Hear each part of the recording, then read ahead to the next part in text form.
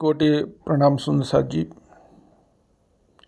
मैं वेंकटेश हूँ, दक्षिण भारत का प्रचारक, श्री प्राणनाथ जी का प्रचारक हूँ।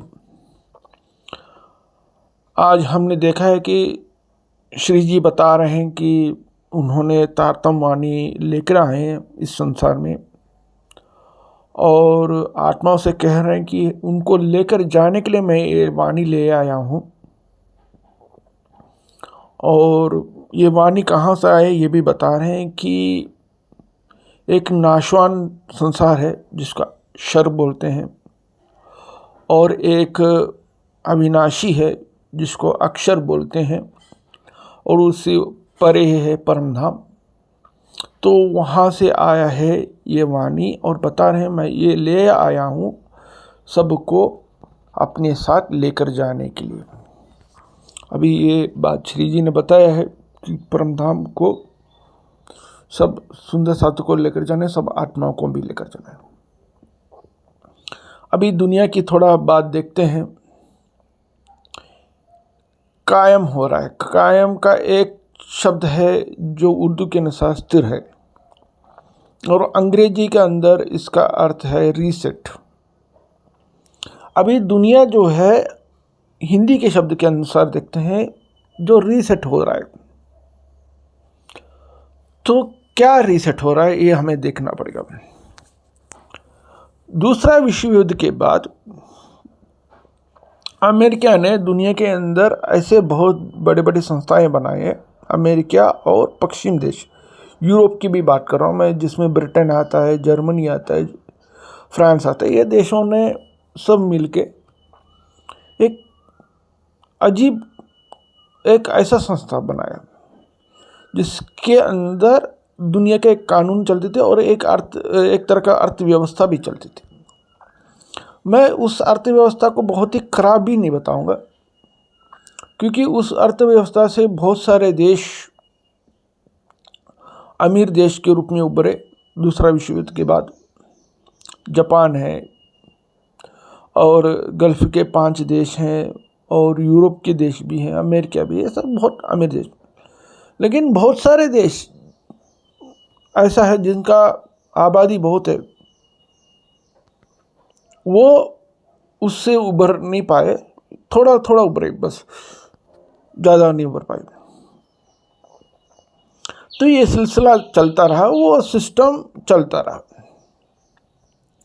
तो इसमें क्या होता है कि जब गैप ज़्यादा बढ़ती है, भेदभाव ज़्यादा बढ़ती है, और इसमें कुछ नए खिलाड़ी भी जब उभरते हैं, उसका रीसेट होना ज़रूरी हो जाता है। ये मैं कैसे बताता हूँ, मैं ज्योतिष के अनुसार नहीं बता रहा हूँ, मैं अपनी एक लॉजिक से बता रहा हूँ। तो जब दूसरा विश्व युद्ध हुआ और पहले भी विश्व युद्ध हुआ, ये किस वजह से हुआ? पहले अंग्रेज जो थे, ब्रिटिश जो थे, वो दुनिया के सबसे शक्तिशाली देश थे। उन्होंने समुद्र में अपना पूरा राज जो है करवाया। फिर उसमें के बाद जो है फ्रेंच रेवोल्यूशन हुआ। फ्रेंच रेवोल्यूशन ने यूरोप के अंदर नेशन स्टेट का एक बहुत कॉन्सेप्ट लेकर आया।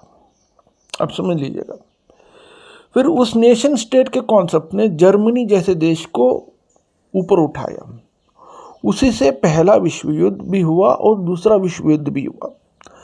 अभी क्या है कि पहले जो युद्ध था वो हथियारों से भी होती थी, और रिप्लेसमेंट की उसकी जो कमी हो जाती उसकी पूर्ति करना। जैसे कि कोई मिशनरी ख़त्म हो गया, कोई टैंकर्स ख़त्म हो गया, कुछ भी हो गया, उसकी पूर्ति करना, ये होता था।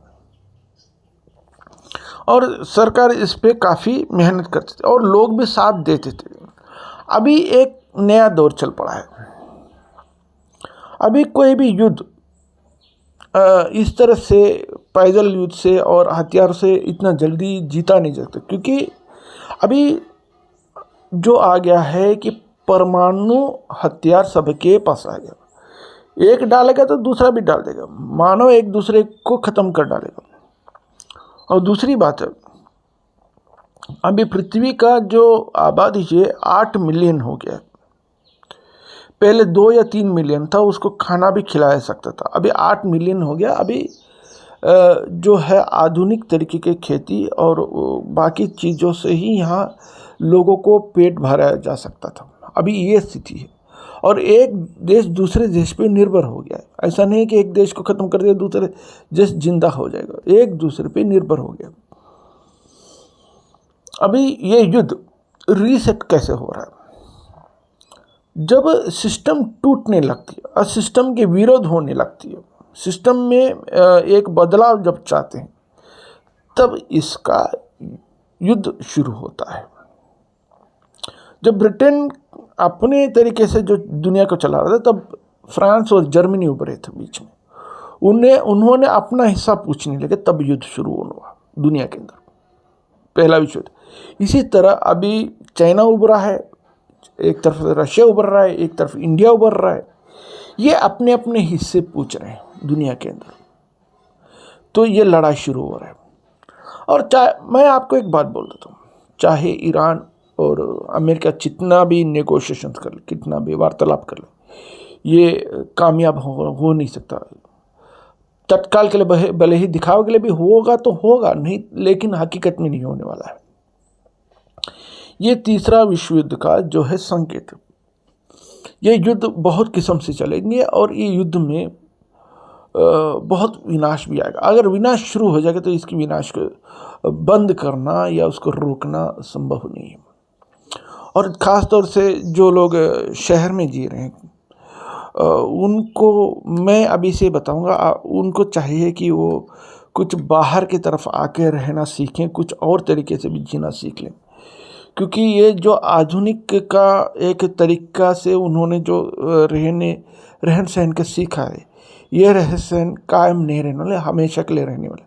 इसका रीसेट हो रहा है, ये भी रीसेट होने वाला है। मैं बता रहा हूँ सही, आप इस चीज़ को गहराई से समझिए जो मैं बता रहा हूँ, और इसी से आप लोग अपना जीवन का जो रहने का तरीका को थोड़ा बदल दीजिएगा। क्योंकि हम एक बदलाव की तरफ जा रहे हैं। इस बदलाव के लिए हमें तैयार रहना चाहिए। कोटि कोटि प्रणाम जी। शब्बा के सभी की सलामती हो।